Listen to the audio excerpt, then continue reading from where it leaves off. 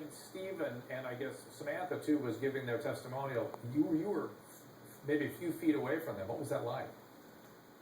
That was absolutely, when they call them an impact statement, let me tell you, it had an impact that was unreal.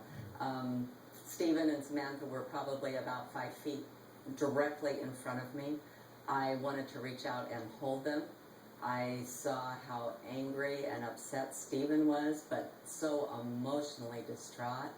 I think that, you know, we never knew what their family was really all about until that day, because I did not know that there were 8 siblings in that family. We kind of surmised that that was a family as we walked out, but we really didn't know until they stood before us that day.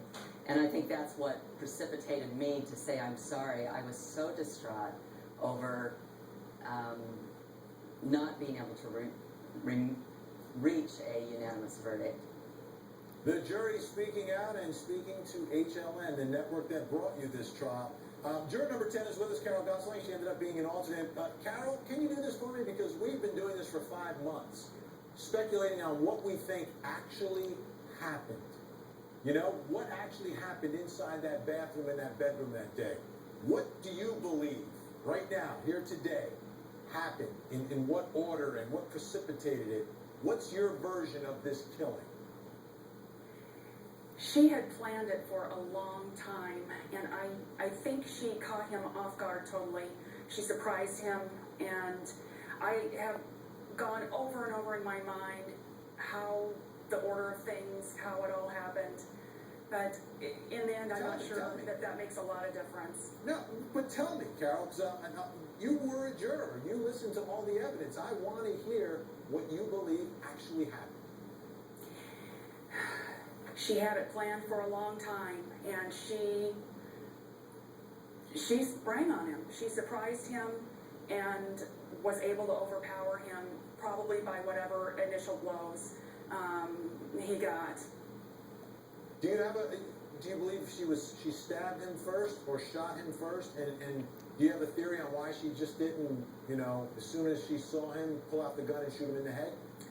You know, I really can't figure that out, but it really, when you look at the evidence, it seems that she started with the stabbing, and she drug him down the hall, she slit his throat, and then ended up shooting him. That was the final thing. The medical examiner was pretty clear on that the shot through the head was the last thing. Hey, do you have an idea what you believe the motive was? Jealousy and an evil mind. Yeah, I know our jurors chomping at the bit. Bursting at the seams over here. Let me start with you, juror number 12. You've been a fixture here at After Dark. What's your question?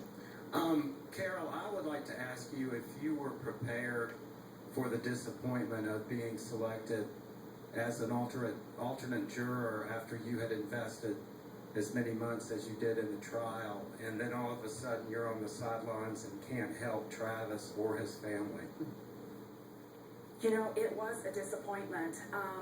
I actually handled it better than I thought I might have, because at the same time, I realized that it, in some way, would be also a blessing.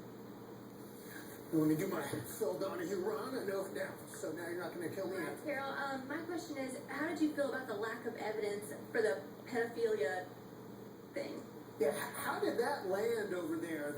That what Nermi was arguing about the pedophilia, did that sit well with you guys? No, I don't think any of us believed it. Mm-hmm. Number 11. Did you find yourself looking at either of the families during any of the testimony, and did that affect how you felt at all? Yeah, on either side, with the Arias family or with the Alexander family.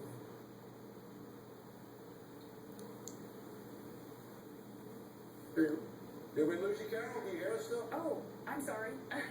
All the questions are for you. You're the star tonight, Carol. I was sitting actually in the back corner by the witness stand in the second row, and I leaned forward a lot to look at the families, both of them. I could see the Arias family pretty well from where I was sitting, but unless I made a specific effort, I couldn't see the Alexander family. And we didn't know exactly who the families were, but over the weeks, you start to see the same faces, and see them sitting in the front row or two, and you can make out who the families are. I can't say that it affected me in any way, but I did see them, I did look for them. Isn't it amazing, Vinny, how different of a perspective we get as we get to sift through all of the material? It's just so, it's amazing to be able to speak to these jurors and find out what went through their minds as they're making the real decisions. Absolutely. Number 10, Carol Gosling stays with us here after dark. And I've got another question for her. What was the most, and I'm not going to ask you now, this is what we call the tease. I want her to answer, what was the most ridiculous thing that Jodi Arias said?